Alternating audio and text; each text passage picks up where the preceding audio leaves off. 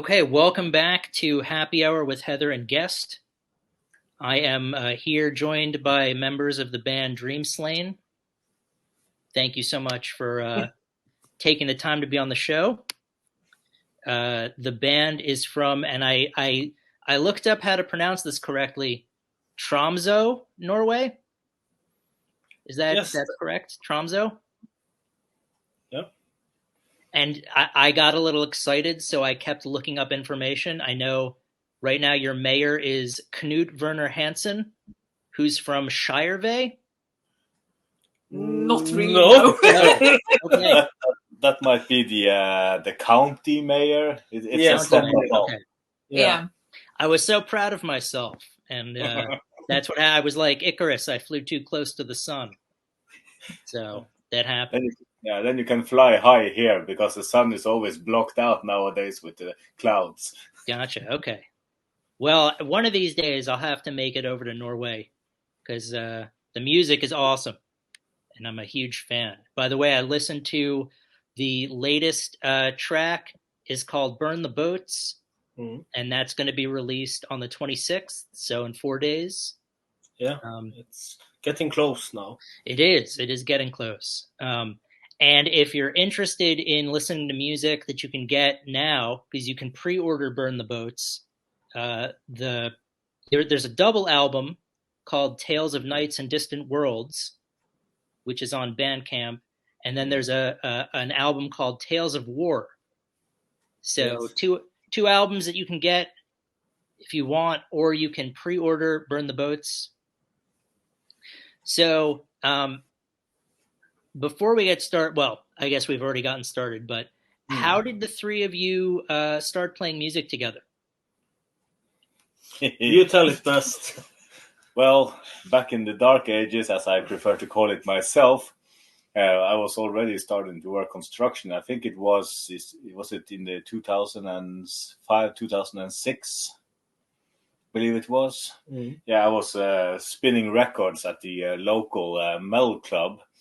And of course, Igor being interested in metal, he started to become quite the regular around there.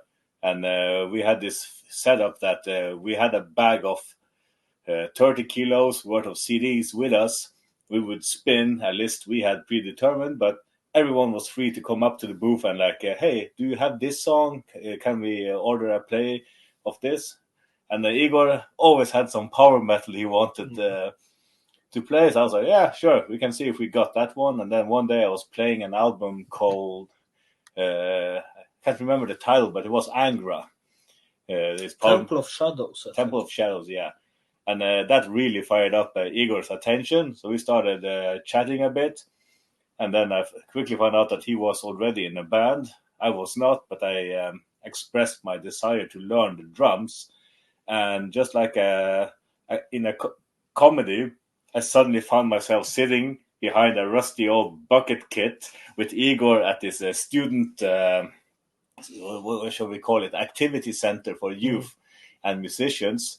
I had no prior knowledge of drums besides the elementary school, but that's where our road started. Gotcha. Okay, so it was a mutual love of music and a desire to play brought you together. Yeah, absolutely. Terrific. Okay. And I guess if power metal was really what got you invested in wanting to collaborate, I know there are elements of that in the music you're playing now. I guess you could probably suggest that it's more epic metal. The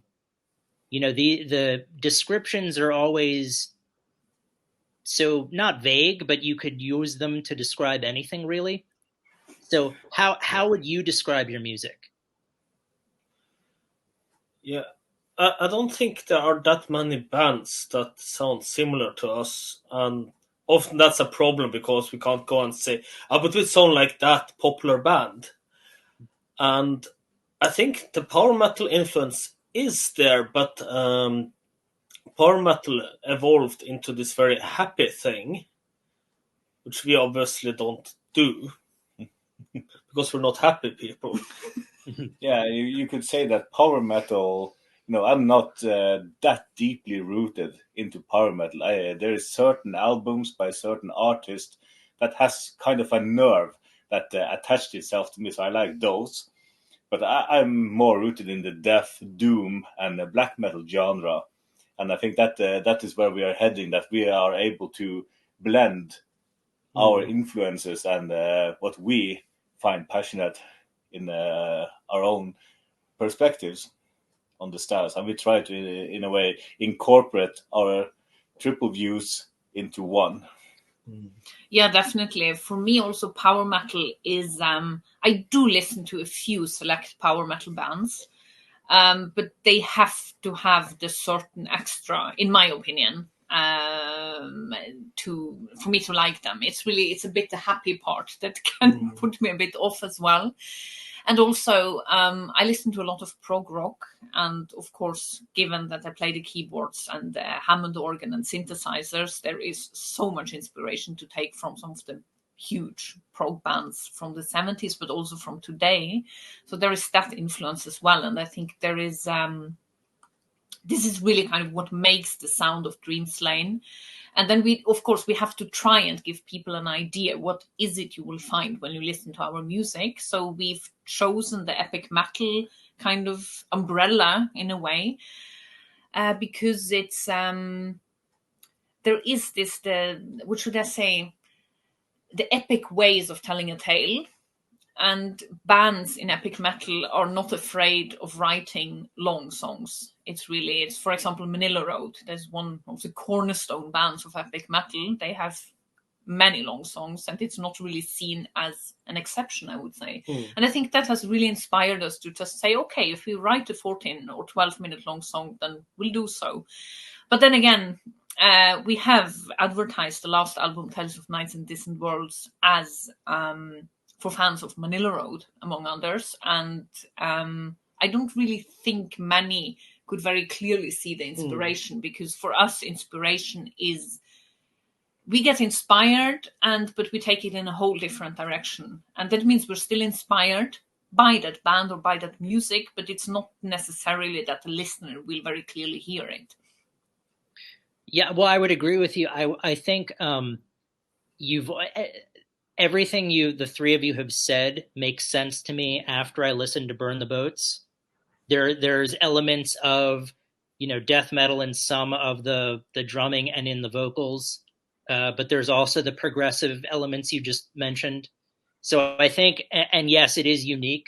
I really wasn't able to listen to it and say, oh yeah, this sounds like this other band. So I think what you're doing, you're definitely taking inspiration from a lot of different places and making something new from it. So, and yeah, it's interesting, because I did look, when I looked at Tales of Nights and Distant Worlds, I think there's one song that maybe 3.5 minutes, but the rest of them are all, 7, 8, 9, up to 15. So you're no stranger to writing short songs. But no, there is a beautiful story about short songs. It's actually on the EP, on the first on the EP we gave out, Tales of War. Then at some point, Daniel said, "Could we try for once and write a short song?" And it was, yeah, why not? Let's give it a try. And I think it hit the 5 minutes mark. So, well, I mean, it's interesting, because it seems like you're moving in a little bit of a different direction with the new single, just because it isn't a 20-minute long song, and I do want to get into the subject matter, because I was fascinated by that. But it'll be interesting, because I know that this is the single off of what will be a new album. Yes. So I'm excited to sort of see what the rest of the album will look like. But it's a great, if you're a fan of any of the genres that any of us have mentioned so far, you should definitely check out Burn the Boats, and then go back and get Tales of Nights and Distant Worlds, because there's a lot of great music being made. So now I know Burn the Boats, I saw that it's about the fishing industry, I think in Greece. Where did that idea come from to write a song about? It actually started with when we were doing research for another song that will be featured on the album, which is based on the Mediterranean Sea as well. So we started reading, and then we found out that some of the people that have been helping the refugees who have been arriving over the Mediterranean Sea to Greece are fishermen, local fishermen on the Greek islands, and their ancient way of building boats and fishing boats that they still use, they are called kaikia. And now the EU is basically, or has been for over 2 decades, been subsidizing local fishermen to burn their old traditionally built boats in an attempt to reduce overfishing. And we thought this was really a tragic story in many ways, and also it really resonated with our home here in northern Norway, because up here they don't pay fishermen to burn their old boats, but there is this tendency where the small local traditional fisheries are pushed out because bigger businesses buy up the local quotas. And now it's also a fact that the quotas are so expensive that it's really only huge companies that are located wherever basically can afford to buy those quotas. So I think it's also, and in the video that we made for the song, this is clearly reflected, because we didn't have the money to just travel to Greece and make a video there. So we thought it was a nice way of building a bridge by filming the video in northern Norway and having this story about the Greek fishing industry, local fishing industry, and also then showing that the same kinds of challenges are in different places, where kind of local industries get destroyed because of the interests of, big capitalism in a way. Well, it was. I certainly don't want to pigeonhole the genre in general, but usually I don't know of very many songs that have a good social message like that. A lot of songs can be anti-war or anti-nuclear, but something that sort of resonates about big business and small business, I haven't really heard in the metal genre before. So I would say Saxon. Saxon has this song. What's it called? Iron Wheels, or yeah, it's on their Destiny album, if I'm not wrong, where it's exactly about how basically during the Thatcher era, the steel industry was plunged into nothingness, and how this affected the mining workers. But it is indeed, it's actually interesting, considering that heavy metal is a working class genre, or started as a working class genre, how little these struggles are reflected in the lyrics, basically.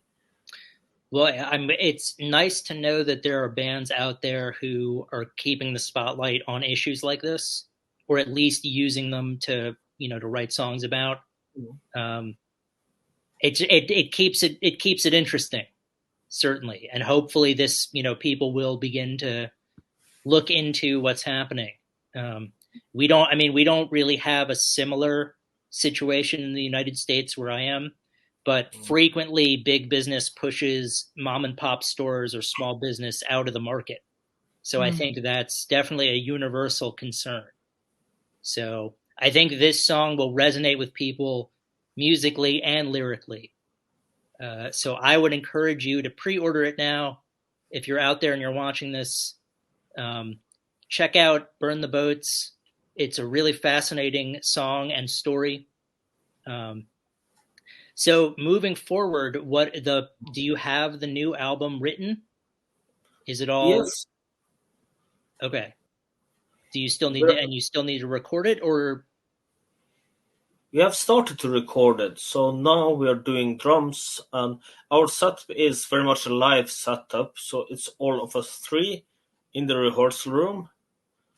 And of course, we do have a click track, but then we play it, and then we'll do some overdubs of guitars and keyboards.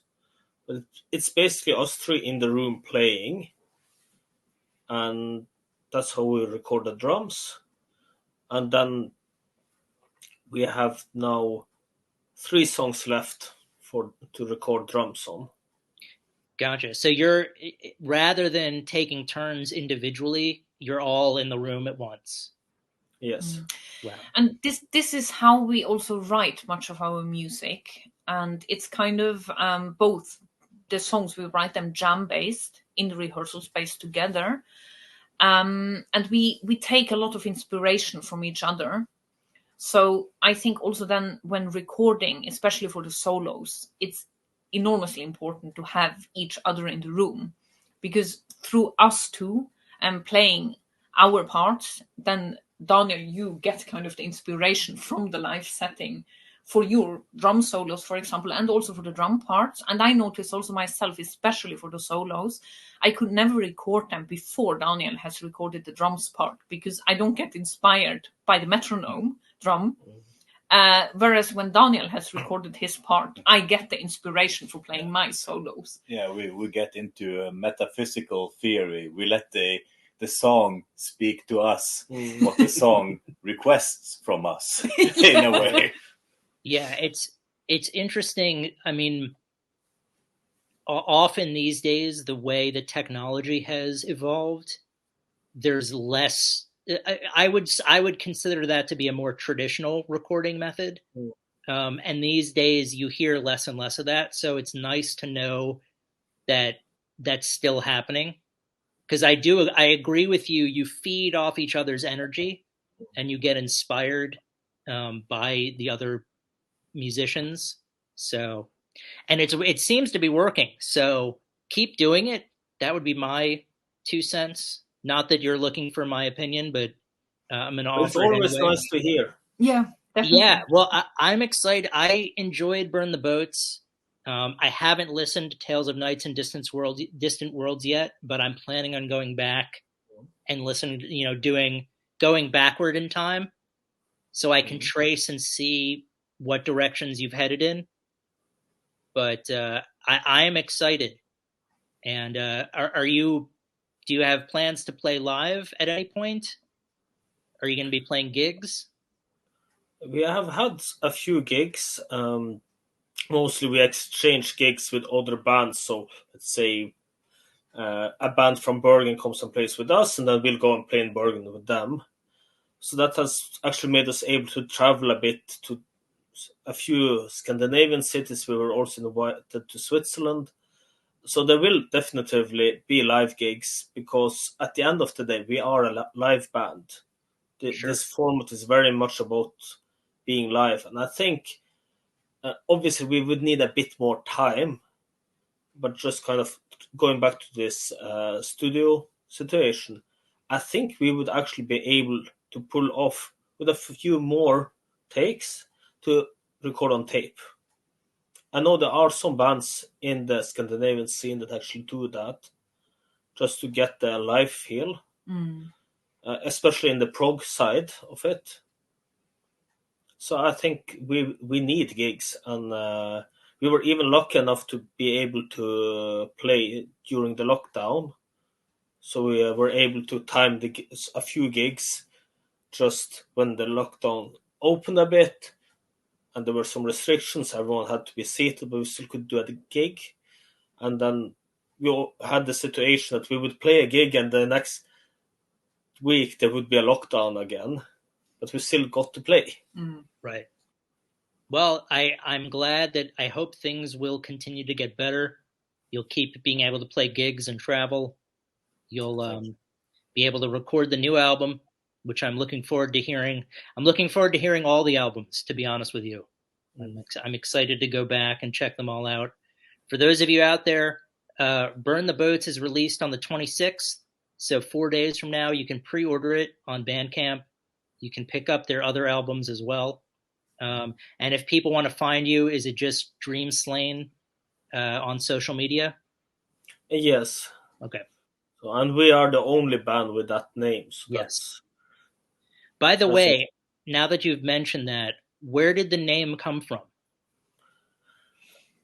Well, partially it's kind of this having tried a few times to get the band going, and it's a small scene and nothing really happened. It was hard to find musicians that would share the same vision. That in the beginning was this: let's combine European power metal with Gothenburg melodic death metal was my initial idea, and it was very hard to find musicians, find any interest at all. So I think the name was a bit based on that, but also I didn't want this kind of very pretentious name, like I don't know, all this. Well, one very pretentious name is obviously Emperor, that are able to deliver and live up to the name, but kind of, yeah. Gotcha. But I didn't want to kind of have this big name, but more like Enslaved, this kind of very dark and somber name. And so the name Enslaved inspired Dreamslain. It's kind of a bit the same movement. Gotcha. The name. Yeah. Well, I didn't necessarily want you to reveal the ingredients in the secret sauce, but I was curious what the meaning might have been. It is a very cool name. It's a very provocative, and it gets you thinking. It does have Slain in there, which I think is interesting, and then Dream too. It's like a combination of light and dark. So that's great, though. I'm glad. I'm glad things seem to be going well, and I wish you all. I would say so. I'm sorry? I would absolutely say that things have picked up. Good. From the very kind of sad beginning where there was no interest at all, and now we're getting even to talk with you that are on a different continent. Yes. Well, I hope if you're in the US, if you're around the world and you're watching this at all on YouTube, hit pause, go pre-order Burn the Boats, or pick up Tales of Nights and Distant Worlds or Tales of War. There's music for everyone that's enjoyable. If you liked any of the genres we talked about, power metal, death metal, prog metal, good melodies, keyboard and drum solos, then there's something for you from Dreamslain.